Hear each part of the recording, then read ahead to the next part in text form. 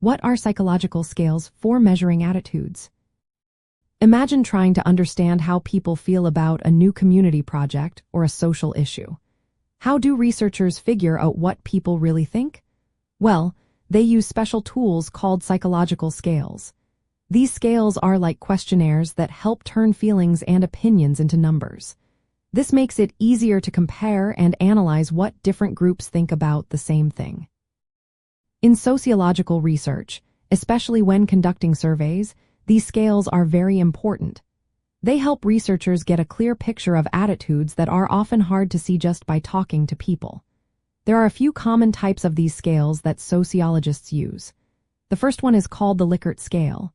It asks people to agree or disagree with statements on a scale, usually with 5 or 7 points. For example, a statement might be, "I believe recycling is important," and the person can choose from strongly agree to strongly disagree. The responses are then given numerical values, like 5-4 strongly agree and 1-4 strongly disagree. This way, researchers can add up the scores to see how positive or negative the overall attitude is. Another popular scale is the Thurstone scale. This one was created in the early 1900s. It uses a set of statements about an issue, each assigned a number based on how favorable or unfavorable it is. When someone agrees with certain statements, their attitude score is calculated by averaging the numbers of those statements. This scale helps measure how intense or strong a person's attitude is toward an issue. There is also the Semantic differential scale. It asks people to rate an object or idea along pairs of opposite words, like happy and sad or strong and weak. The person marks where they stand on a scale between these words. This method captures not just whether someone agrees or disagrees, but how they feel emotionally about the subject. It gives a more detailed picture of attitudes.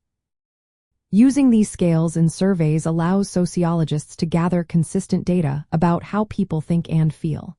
Since attitudes are complex and not always obvious, these tools help turn subjective feelings into measurable information.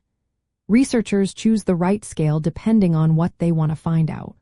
For example, if they want to know how much someone agrees with a statement, they might use a Likert scale. If they want to understand emotional reactions, they might pick the Semantic differential scale.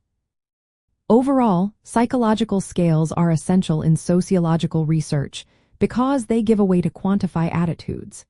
This helps researchers see patterns, compare groups, and understand how social factors influence opinions.